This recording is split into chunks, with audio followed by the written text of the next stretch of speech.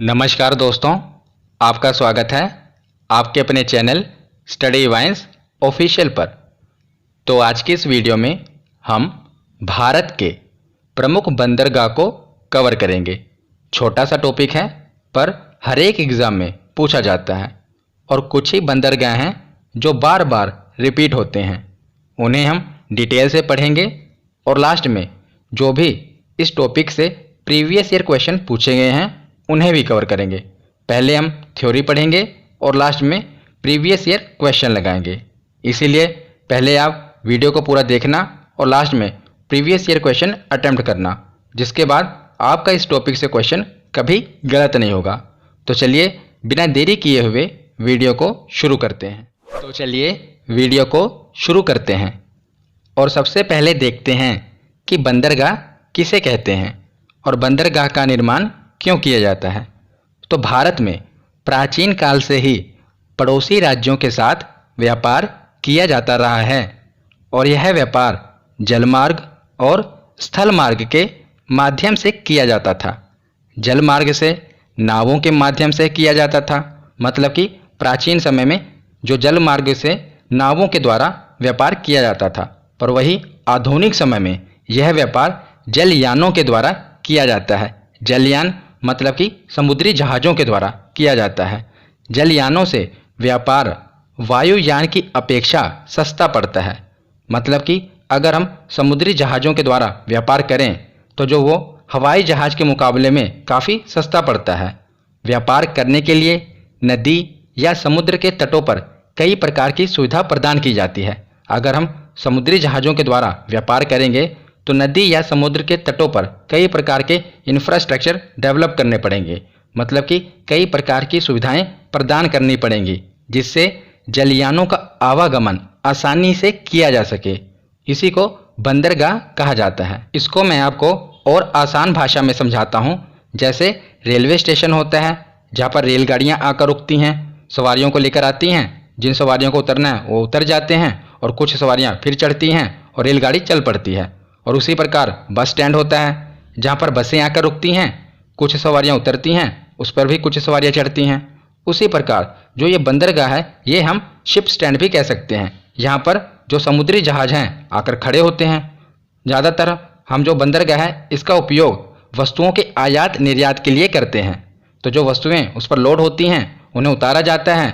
अगर कुछ वस्तुओं को और उस पर लोड करना है तो उसको लोड कर दिया जाता है और समुद्री जहाज़ को आगे भेज दिया जाता है। मतलब कि बंदरगाह को हम शिप स्टैंड भी कह सकते हैं। तो आगे हम देखते हैं, हम कुछ फैक्ट देख लेते हैं कि भारत में 13 बड़े एवं 200 छोटे बंदरगाह हैं। तो याद रखेगा 13 बड़े यानी कि मुख्य रूप से जो बड़े बंदरगाह हैं वो 13 हैं और छोटे छोटे 200 बंदरगाह हैं। तो एग्ज़ाम में इन्हीं 13 बंदरगाहों से सवाल पूछे जाते हैं और बार बार रिपीट होते हैं। तो आज हम इन 13 बड़े बंदरगाहों को डिटेल में पढ़ेंगे, याद रखिएगा। और जो ये 13 बड़े बंदरगाह हैं, भारत में 13 जो बड़े बंदरगाह हैं इनमें से सबसे ज़्यादा बड़े बंदरगाह तमिलनाडु में हैं। तो 3 बड़े बंदरगाह तमिलनाडु में हैं जो कि सर्वाधिक हैं। 13 टोटल हैं भारत में बड़े बंदरगाह, उनमें से सबसे ज़्यादा 3 बंदरगाह, बड़े बंदरगाह की बात कर रहा हूँ मैं, ये तमिलनाडु में हैं। और जो छोटे बंदरगाह हैं 200, उसमें से सबसे ज़्यादा बंदरगाह छोटे वाले ये महाराष्ट्र में हैं। कितने? 53। तो जो छोटे बंदरगाह हैं 200, उसमें से सबसे ज़्यादा 53 बंदरगाह महाराष्ट्र में हैं। और जो बड़े बंदरगाह हैं 13 बंदरगाह, उनमें से सबसे ज़्यादा बंदरगाह 3 तमिलनाडु में हैं। आशा करता हूँ आपको ये फैक्ट याद रहेगा। तो आगे हम देखते हैं कि बंदरगाह जो होते हैं वो 2 प्रकार के होते हैं। कौन कौन से? पहला है प्राकृतिक बंदरगाह और दूसरा है कृत्रिम बंदरगाह। तो मैं आपको समझाता हूँ कि प्राकृतिक बंदरगाह क्या होता है और कृत्रिम बंदरगाह क्या होता है। तो प्राकृतिक और कृत्रिम बंदरगाह के बीच अंतर समझने से पहले हम ये देख लेते हैं कि बंदरगाह के लिए ज़रूरी क्या होता है। तो बंदरगाह के लिए ज़रूरी है कि जहाँ पर बंदरगाह है वहाँ पर समुद्र शांत होना चाहिए, नहीं तो तेज़ समुद्र की लहरें और तेज़ हवाएं बंदरगाह को तो नुकसान पहुंचाएंगी ही, साथ ही साथ जो वहाँ पर समुद्री जहाज़ खड़े होंगे उन्हें भी नुकसान पहुंचाएंगी।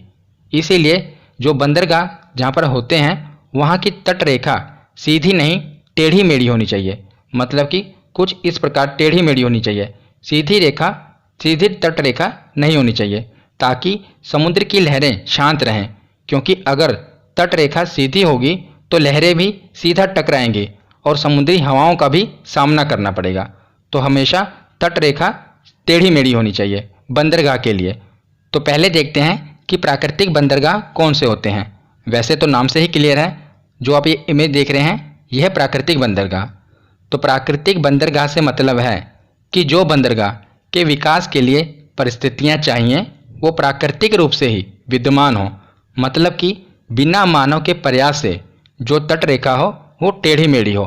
टेढ़ी मेढ़ी तट रेखा ही बंदरगाह के लिए अनुकूल होती है ना, तो बिना मानव के प्रयास के ही जो तट रेखा टेढ़ी मेढ़ी हो और प्राकृतिक रूप से ही परिस्थितियां जो चाहिए वो विद्यमान हो, उसी को हम प्राकृतिक बंदरगाह कहते हैं। तो कृत्रिम बंदरगाह क्या होते हैं?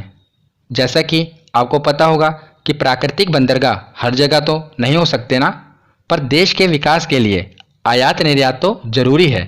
इसीलिए जहां पर बंदरगाह के विकास के लिए परिस्थितियां अनुकूल नहीं होती, वहां पर कृत्रिम रूप से मानव के प्रयासों द्वारा परिस्थितियों को बंदरगाह के अनुकूल बनाया जाता है। मतलब कि मानव के प्रयासों के द्वारा उस बंदरगाह को परिस्थितियों के अनुकूल बनाया जाता है। जैसे कि आप इमेज में देख रहे हैं, यह है कृत्रिम बंदरगाह। तो यहाँ पर आप देख रहे हैं ना, एक कंक्रीट की दीवार बना दी गई है। ये कंक्रीट की दीवार क्यों बनाई गई है? ताकि ये समुद्री लहरों का, तेज समुद्री लहरों का सामना कर सके और तेज तूफानी हवाओं का भी सामना कर सके, ताकि बंदरगाह को कोई नुकसान ना पहुँचे। तो ये कंक्रीट की दीवारें मानव के प्रयासों के द्वारा बनाई गई है ना, ताकि बंदरगाह के लिए परिस्थितियां अनुकूल हों। तो इसी को कृत्रिम बंदरगाह कहते हैं। आशा करता हूं आपको प्राकृतिक बंदरगाह और कृत्रिम बंदरगाह क्या होता है इसके बीच अंतर समझ आया होगा। अब हम एक एक करके भारत के जो प्रमुख 13 बंदरगाह हैं उन्हें पढ़ते हैं। तो अब हम एक एक करके भारत के जो प्रमुख 13 बंदरगाह हैं उन्हें कवर करते हैं, क्योंकि यही 13 बंदरगाह बार बार एग्जाम में पूछे जाते हैं। कुछ बंदरगाह डिटेल में पूछे जाएंगे और कुछ सिर्फ यही पूछा जाएगा कि ये किस राज्य में है, तो हम उसी प्रकार उन्हें कवर करेंगे। तो जैसा कि आप देख रहे हैं, ये हमारा भारत का नक्शा है। तो ये तट रेखा आप देख रहे हैं ना, तो तट रेखा पर ही होंगे बंदरगाह। तो इस साइड है, यह है पश्चिमी तट रेखा। पश्चिमी तट रेखा पर 6 बंदरगाह हैं और ये है पूर्वी तट रेखा। पूर्वी तट रेखा पर भी 6 बंदरगाह हैं। तो 6 पश्चिमी तट रेखा पर हैं, 6 पूर्वी तट रेखा पर हैं। कितने हुए? 6 और 6 12। और एक जो आप देख रहे हैं यह है पोर्ट ब्लेयर। ये अंडमान और निकोबार जो द्वीप समूह हैं वहाँ पर एक बंदरगाह बना हुआ है। तो कुल 13 बंदरगाह हो गए, 6 पश्चिमी तट पर, 6 पूर्वी तट पर और एक अंडमान निकोबार द्वीप समूह पर। 13 बंदरगाह हम पढ़ेंगे। तो आपको इन्हें रटने की ज़रूरत नहीं है, बस आप एक बार वीडियो को पूरा ध्यान से सुन लीजिए। लास्ट में आप प्रीवियस ईयर क्वेश्चन को भी अटैम्प्ट करिए। उसके बाद जब मैं आपको ये PDF प्रोवाइड करूँगा तब आप इसके नोट्स बना लेना। और जिस प्रकार मैंने ये मैप बनाया है ना, उसी प्रकार मैप आप बनाकर जैसे जैसे मैंने ये बंदरगाह लिखे हैं आप भी क्रम वाइज इसको ऐसे ही लिखना। एक बार वीडियो देख लेंगे, फिर प्रीवियस ईयर क्वेश्चन अटैम्प्ट कर लेंगे और एक बार आप अपने हाथ से लिख लेंगे, तो उसके बाद आपको ये कभी नहीं भूलेंगे। तो अब हम शुरुआत करते हैं पश्चिमी तट से। पश्चिमी तट पर पहला बंदरगाह है, ऊपर सबसे आप देख रहे हैं, यह है कांडला बंदरगाह। तो यह है गुजरात राज्य में स्थित है और कांडला बंदरगाह का नाम बदलकर अब दीनदयाल बंदरगाह कर दिया गया है। याद रखिएगा, कांडला बंदरगाह का नाम बदलकर अब दीनदयाल बंदरगाह कर दिया गया है। और यह बंदरगाह भारत विभाजन के बाद विकसित किया गया था। याद रखिएगा, यह एग्जाम में पूछा जाता है कि भारत विभाजन के बाद कौन सा बंदरगाह सर्वप्रथम विकसित किया गया था। तो ये था कांडला बंदरगाह। क्यों किया गया था? क्योंकि स्वतंत्रता से पूर्व पश्चिमी देशों के साथ जो हम व्यापार करते थे वो कराची बंदरगाह के साथ करते थे। मतलब कि कराची बंदरगाह का हम प्रयोग करते थे। पर आज़ादी के बाद जो कराची बंदरगाह है वो तो पाकिस्तान के पास चला गया, तो हमने जो गुजरात राज्य में है ये कांडला बंदरगाह इसे विकसित कर लिया। तो हम स्वतंत्रता के बाद अब कांडला बंदरगाह का प्रयोग करते हैं, याद रखिएगा। और यह बंदरगाह उत्तर भारत की आवश्यकताओं की सर्वाधिक पूर्ति करता है। मतलब कि उत्तर भारत की जो सर्वाधिक आवश्यकताओं की पूर्ति होती है ना, वो इसी बंदरगाह से होती है। तो आप सोचेंगे बाकी बंदरगाहों से क्यों नहीं होती? क्योंकि आप देखिएगा तो उत्तर भारत के सबसे नज़दीक यही बंदरगाह है ना। अगर हम मान लीजिए इस बंदरगाह से सामान मंगाते हैं तो ऊपर तक ले जाने में उसकी जो ट्रांसपोर्टेशन कॉस्ट है इस बंदरगाह के मुकाबले ज़्यादा पड़ेगी ना। इस बंदरगाह से अगर हम ऊपर ले जाएंगे तो हमें ट्रांसपोर्टेशन कॉस्ट ज़्यादा पड़ेगी, और ये जो बंदरगाह है ये नज़दीक है, तो यहाँ से हमें ट्रांसपोर्टेशन कॉस्ट की बचत होगी, तो वो वस्तुएं भी कम महंगी होंगी। इसीलिए जो कांडला बंदरगाह है इसी बंदरगाह से उत्तर भारत की आवश्यकताओं की सर्वाधिक पूर्ति की जाती है। ये प्रश्न भी पूछा जाता है, इसीलिए मैंने आपको बताया, याद रखिएगा। तो कांडला बंदरगाह हमने देख लिया। अब गुजरात के नीचे आते हैं महाराष्ट्र में। तो महाराष्ट्र में है मुंबई बंदरगाह। तो यह है महाराष्ट्र राज्य में स्थित है, जैसा कि नाम से ही क्लियर है। तो मुंबई है तो यह महाराष्ट्र राज्य में ही होगा। और यह भारत का सबसे बड़ा बंदरगाह है, याद रखिएगा। यह भारत का सबसे बड़ा बंदरगाह है। यह प्राकृतिक बंदरगाह है। जो भी कृत्रिम बंदरगाह होंगे ना वो मैं आपको बता दूंगा। अगर मैं आपको ये नहीं बताऊंगा कि यह कृत्रिम है तो आप जान लीजिएगा कि यह प्राकृतिक ही होगा, क्योंकि 3 ही कृत्रिम बंदरगाह आपको याद रखने हैं, वो मैं आपको लास्ट में बता दूंगा। बाकी सब प्राकृतिक बंदरगाह ही होंगे। तो ये मुंबई बंदरगाह भी प्राकृतिक बंदरगाह ही है, और यह भारत का सबसे बड़ा बंदरगाह है, ये याद रखिएगा। और भारत का सर्वाधिक व्यापार भी इसी बंदरगाह से होता है। किस बंदरगाह से? मुंबई बंदरगाह से भारत का सर्वाधिक व्यापार होता है।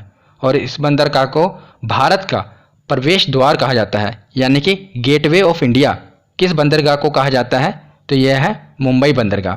तो यहाँ पर हमने देखा कि सबसे ज़्यादा व्यापार होता है ना, इसीलिए इसके वर्कलोड को कम करने के लिए, इस पर से दबाव कम करने के लिए एक और नए बंदरगाह का निर्माण किया गया। यह है न्हावा शेवा बंदरगाह। यह भी महाराष्ट्र राज्य में ही स्थित है, क्योंकि मुंबई बंदरगाह के वर्कलोड को कम करने के लिए इसको विकसित किया गया था। और याद रखिएगा यह कृत्रिम बंदरगाह है। कौन सा? न्हावा शेवा बंदरगाह। यह कृत्रिम बंदरगाह है। इसको क्यों निर्माण किया गया? ताकि मुंबई बंदरगाह से जो ट्रैफिक है वो कम हो सके। और इसका अन्य नाम, न्हावा शेवा बंदरगाह का अन्य नाम जवाहरलाल नेहरू बंदरगाह भी है। तो ये पूछा जाता है कि जवाहरलाल नेहरू बंदरगाह किसे कहते हैं? तो न्हावा शेवा बंदरगाह को ही जवाहरलाल नेहरू बंदरगाह कहते हैं। और यह मुंबई बंदरगाह के निकट ही स्थित है। और इसका निर्माण, जैसा कि मैंने आपको बता ही दिया कि मुंबई बंदरगाह का दबाव कम करने के लिए इसका निर्माण किया गया था, तो याद रखिएगा। तो अब हम आगे देखते हैं। हमने पश्चिमी तट के ऊपर वाले 3 बंदरगाह कांडला, मुंबई और न्हावा शेवा, इन्हें कवर कर लिया। अब हम देखते हैं अगला चौथा बंदरगाह। यह है मर्मागांव बंदरगाह, जिसे मोरमुगांव बंदरगाह भी कहते हैं। और यह महाराष्ट्र के नीचे क्या है? गोवा। तो यह गोवा राज्य में स्थित है। हम इसी प्रकार क्रम वाइज करेंगे और आप भी इसी प्रकार इसे याद करना, ताकि आपको ये भूले ना कि इसका क्रम क्या है, क्योंकि कई बार इसका क्रम भी पूछ लिया जाता है कि जो बंदरगाह हैं इन्हें उत्तर से लेकर दक्षिण के क्रम में सजाइए, तो आपको क्रम वाइज याद रखने हैं। तो मर्मागांव बंदरगाह है गोवा राज्य में, और यह बंदरगाह जुआरी नदी के मुहाने पर स्थित है। तो मैंने आपको प्रायद्वीपीय भारत की नदी वाली वीडियो में बताया था कि जुआरी नदी गोवा की नदी है, और मैंने वहाँ पर आपको ट्रिक भी बताई थी कि इसे याद कैसे रखना है। तो अगर आपने नदियों वाली वीडियो नहीं देखी तो मैं आई बटन में मैंने 3 वीडियो बनाई थी नदियों के ऊपर, और तीनों वीडियो में पूरी भारत की नदियाँ कवर कर दी थी। तो आपने अगर वो वीडियो नहीं देखी तो आई बटन में लिंक दे दूंगा, आप ज़रूर देख लेना। तो ये जो बंदरगाह है ये जुआरी नदी के मुहाने पर स्थित है, याद रखिएगा। और याद रखिएगा कि ईरान को लौह अयस्क का निर्यात भी इसी बंदरगाह से किया जाता है। किस बंदरगाह से? मर्मागांव बंदरगाह से। यहीं से जो लौह अयस्क है उसका निर्यात ईरान को किया जाता है। तो हमने मर्मागांव बंदरगाह तक देख लिया। तो हमने कहाँ तक देख लिया? गोवा तक। अब गोवा के नीचे क्या है? कर्नाटक। तो कर्नाटक में एक बंदरगाह आपको याद रखना है, यह है न्यू मंगलोर बंदरगाह। मंगलोर और बंगलोर एक ही तरह साउंड आ रहा है ना, मंगलोर बेंगलोर। तो ये बेंगलोर कहाँ पर है? कर्नाटक में। तो उसी प्रकार आप याद रखिएगा न्यू मंगलोर बंदरगाह कहाँ पर है? तो कर्नाटक में है। बस इससे यही पूछा जाता है, और डिटेल में नहीं पूछा जाता। बस यही पूछा जाता है कि मंगलोर बंदरगाह कहाँ पर है, तो याद रखिएगा कर्नाटक में। और इसी के साथ कर्नाटक के नीचे क्या है? केरल। तो केरल में यही बंदरगाह है कोची बंदरगाह, जिसे कोचिन बंदरगाह भी कहते हैं, और यह केरल राज्य में है। तो आप लोग को ये दोनों बस यही याद रखने हैं कि जो मंगलोर है ये कर्नाटक में है और कोची केरल में है। तो अब हम आगे देखते हैं। हमने पश्चिमी तट के जो 6 बंदरगाह थे उन्हें पढ़ लिया। अब हम पूर्वी तट के जो 6 बंदरगाह हैं उन्हें पढ़ते हैं। तो सबसे ऊपर है कोलकाता हल्दिया बंदरगाह। आपने इसे अलग अलग भी पढ़ा होगा, कोलकाता बंदरगाह और हल्दिया बंदरगाह। पर ये जो 13 बंदरगाह हैं उनमें एक ही काउंट होते हैं, मतलब कि कोलकाता और हल्दिया, इन्हें दो काउंट नहीं किया जाता, इनको एक ही काउंट किया जाता है। क्यों? क्योंकि जो हल्दिया बंदरगाह है ये कोलकाता बंदरगाह की सहायता के लिए बना है, मतलब कि कोलकाता बंदरगाह का सहायक बंदरगाह है हल्दिया बंदरगाह, इसीलिए इसे एक ही काउंट किया जाता है। तो जैसा कि नाम से ही क्लियर है कि कोलकाता बंदरगाह कहाँ पर होगा, तो यह पश्चिम बंगाल राज्य में स्थित है और कोलकाता बंदरगाह हुगली नदी के तट पर है। याद रखिएगा, ये किसी समुद्री तट पर नहीं है, ये हुगली नदी के तट पर है। और जो इसका सहायक बंदरगाह बनाया गया है वो समुद्री तट पर है और वो है हल्दिया बंदरगाह। तो जो कोलकाता बंदरगाह है ये हुगली नदी पर है। मैंने आपको नदी वाली वीडियो में बताया था। मैंने आपको वहाँ पर यह भी बताया था कि पश्चिम बंगाल में फरक्का बैराज बनाया गया था। वहाँ पर से क्या किया जाता है, गंगा नदी की एक धारा को पश्चिम बंगाल में मोड़ दिया जाता है फरक्का बैराज के द्वारा, और इसी धारा को हम कहते हैं हुगली नदी।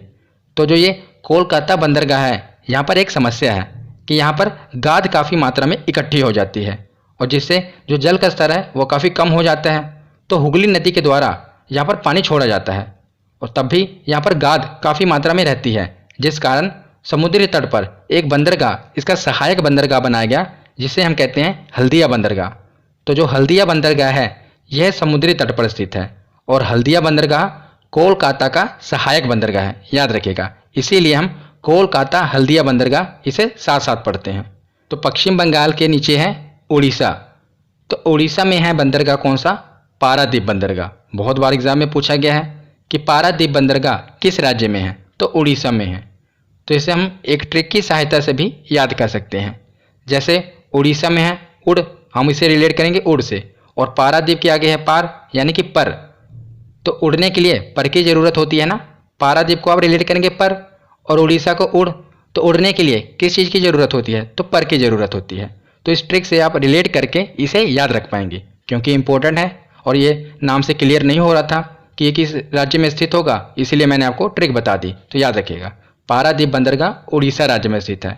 और याद रखिएगा कि झारखंड और उड़ीसा राज्य का लौह अयस्क यहीं से जापान को निर्यात किया जाता है। तो झारखंड की कोई समुद्री सीमा नहीं है ना, पर वहाँ पर खनिजों का भंडार है। मैंने आपको जो भी महत्वपूर्ण खनिज संसाधन हैं उनकी वीडियो बना दी हुई है। मैंने लेटेस्ट डाटा के अनुसार वीडियो बनाई है, आप वो वीडियो देख लेना अगर आपने वीडियो नहीं देखी। तो झारखंड और उड़ीसा राज्य का लौह अयस्क यहीं से यानी कि पारादीप बंदरगाह से ही जापान को निर्यात किया जाता है। तो पश्चिम बंगाल, उड़ीसा हमने देख लिया, और उड़ीसा के नीचे क्या है, आंध्र प्रदेश। तो आंध्र प्रदेश में है विशाखापट्टनम बंदरगाह। जैसा कि नाम से क्लियर है कि विशाखापट्टनम कहाँ पर होगा, तो ये आंध्र प्रदेश में होगा। और सबसे महत्वपूर्ण ये है कि यह भारत का सबसे गहरा बंदरगाह है। अभी हमने पीछे पढ़ा कि भारत का सबसे बड़ा बंदरगाह कौन सा था, तो वो था मुंबई बंदरगाह। अब यह है सबसे गहरा बंदरगाह, याद रखिएगा। और इस बंदरगाह के निकट डॉल्फिन नोज नामक पहाड़ी होने के कारण यह तेज समुद्री हवाओं से सुरक्षित रहता है। तो जैसे हमने पढ़ा कि बंदरगाह के लिए क्या ज़रूरी है कि वो समुद्र की जो लहरें हैं और तेज़ हवाएं हैं उनसे बचा रहे। तो इसके लिए प्राकृतिक रूप से ही जो विशाखापट्टनम बंदरगाह बना है ना, तो प्राकृतिक बंदरगाह ही होगा ये। और प्राकृतिक रूप से ही जैसे मान लीजिए ये बंदरगाह है, ये बंदरगाह है, तो यहाँ पर एक पहाड़ी है डॉल्फिन नोज नामक की, जो इसे समुद्री लहरों और तेज़ हवाओं से बचाती है। तो ये प्राकृतिक रूप से ही है और ये बंदरगाह भी प्राकृतिक ही है, इसीलिए याद रखिएगा। कई बार पूछ लिया जाता है कि विशाखापट्टनम बंदरगाह के निकट कौन सी पहाड़ी है, तो यह है डॉल्फिन नोज पहाड़ी, याद रखिएगा। तो पूर्वी तट के हमने 3 बंदरगाह पढ़ लिए। बाकी के जो 3 बंदरगाह हैं वो एक ही राज्य में हैं। कौन से, तमिलनाडु। मैंने आपको वीडियो की शुरुआत में बताया था ना कि भारत के जो प्रमुख 13 बंदरगाह हैं उनमें से सर्वाधिक 3 बंदरगाह एक ही राज्य में हैं। कौन से, तमिलनाडु। तो ये कौन कौन से बंदरगाह हैं, पहला है एन्नोर बंदरगाह, दूसरा है चेन्नई बंदरगाह और तीसरा है तूतीकोरिन बंदरगाह। तो सबसे पहले हम देखते हैं चेन्नई बंदरगाह के बारे में। तो यह भारत का सबसे पुराना कृत्रिम बंदरगाह है, याद रखिएगा यह कृत्रिम बंदरगाह है। और 100 में से 90% जब भी क्वेश्चन कृत्रिम बंदरगाह पर आएगा तो ये चेन्नई वाला ही पूछा जाता है। मैंने प्रीवियस ईयर क्वेश्चन देखे हैं, तो जितनी बार भी कृत्रिम बंदरगाह के बारे में पूछा जाता है ऑप्शन में चेन्नई बंदरगाह ही दिया होता है। तो चेन्नई बंदरगाह को तो रट लेना कि यह कृत्रिम बंदरगाह ही है, याद रखिएगा। और 3 बंदरगाह हैं जो कृत्रिम बंदरगाह हैं। एक तो हम पढ़ लिया चेन्नई, दूसरा भी हम पढ़ेंगे एन्नोर बंदरगाह, और एक हमने पढ़ा था पहले नावा शेवा बंदरगाह, जो मुंबई से वर्कलोड कम करने के लिए बनाया गया था ना कृत्रिम रूप से, नाहवा शेवा। तो एक हो गया नाहवा शेवा, दूसरा हो गया एन्नोर, और तीसरा कौन सा, चेन्नई।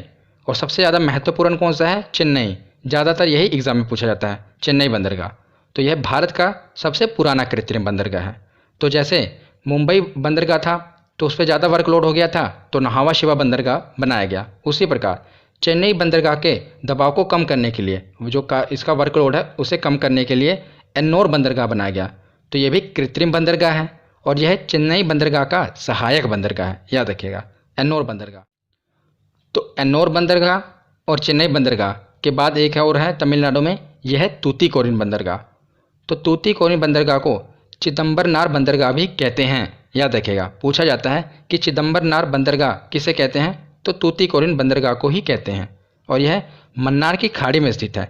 जैसा कि यह है तो तमिलनाडु में, और तमिलनाडु की इधर क्या है, तो मन्नार की खाड़ी है ना, इधर श्रीलंका है और ये द्वीप है, इधर है मन्नार की खाड़ी। तो मन्नार खाड़ी में ये स्थित है तूतीकोरिन बंदरगाह, इसीलिए याद रखिएगा। और जो ये तूतीकोरिन बंदरगाह है यह एक छिछला बंदरगाह है। छिछला बंदरगाह मतलब कि यहाँ पर समुद्र की जो गहराई है बहुत कम है, इसीलिए अगर कोई भी समुद्री जहाज आता है तो वो इस बंदरगाह से 5 किलोमीटर की दूरी पर रुक जाता है, वहीं पर वो खड़ा हो जाता है। फिर वहाँ पर छोटी छोटी नावें जाती हैं और जो बड़ा सा जलयान है, यानी कि जो बड़ा सा समुद्री जहाज है, वहाँ से जो भी माल आया होता है, जो भी गुड्स आई होती हैं, उन्हें उतारा जाता है और छोटी छोटी नावों द्वारा लेकर आया जाता है। क्योंकि जो बड़ा समुद्री जहाज है यहाँ पर आकर वो फंस जाएगा, क्योंकि ये काफ़ी छिछला है, काफ़ी कम गहराई वाला है, इसीलिए छोटी छोटी नावें जाती हैं, वहाँ से सामान उतार कर ले जाती हैं। तो पूर्वी तट के 6 बंदरगाह हमने पढ़ लिए, पश्चिमी तट के भी 6 बंदरगाह पढ़ लिए।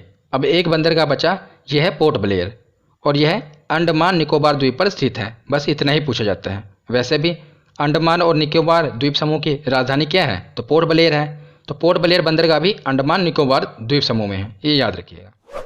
तो थ्योरी सेक्शन हमने पढ़ लिया। अब हम प्रीवियस ईयर क्वेश्चन लगाते हैं कि हमारे कितने क्वेश्चन सही होते हैं। तो सबसे पहला प्रश्न है कि भारत में कितने मुख्य बंदरगाह हैं, तो कितने हैं, हमने पढ़े 13, 6 + 6 + 1, तो 13 मुख्य बंदरगाह हैं। दूसरा प्रश्न है कि निम्नलिखित में से कौन सा बंदरगाह पश्चिमी तट पर नहीं है, याद रखिएगा, वो पश्चिमी तट पर नहीं है, मतलब कि पूर्वी तट पर होना चाहिए।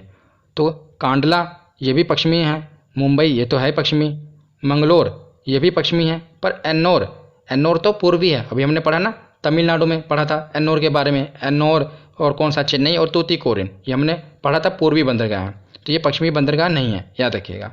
अगला प्रश्न देखते हैं कि निम्नलिखित में से कौन सा पूर्वी तट पर स्थित नहीं है। अब यहाँ इन्होंने पूछ लिया कि पूर्वी तट पर नहीं है, यानी कि पश्चिमी तट पर कौन सा है। तो ये देखते ही पता लग रहा है, नाहवा शेवा। मुंबई पश्चिमी तट पर है, उसी के नीचे था नाहवा शेवा, तो नाहवा शेवा पश्चिमी तट पर स्थित है, मतलब कि पूर्वी तट पर नहीं है। इसका सही जवाब होगा नाहवा शेवा। तो अगला प्रश्न है कि मरमागांव बंदरगाह कहाँ पर स्थित है। तो मैंने पीछे आपको इसकी ट्रिक नहीं बताई, वैसे भी बताने की कोई ज़रूरत नहीं है। आप पीछे देखेंगे तो मरमागांव के पीछे के गाँव और गोवा एक ही तरह है ना, गाँव गोवा, तो इससे आप रिलेट कर सकते हैं।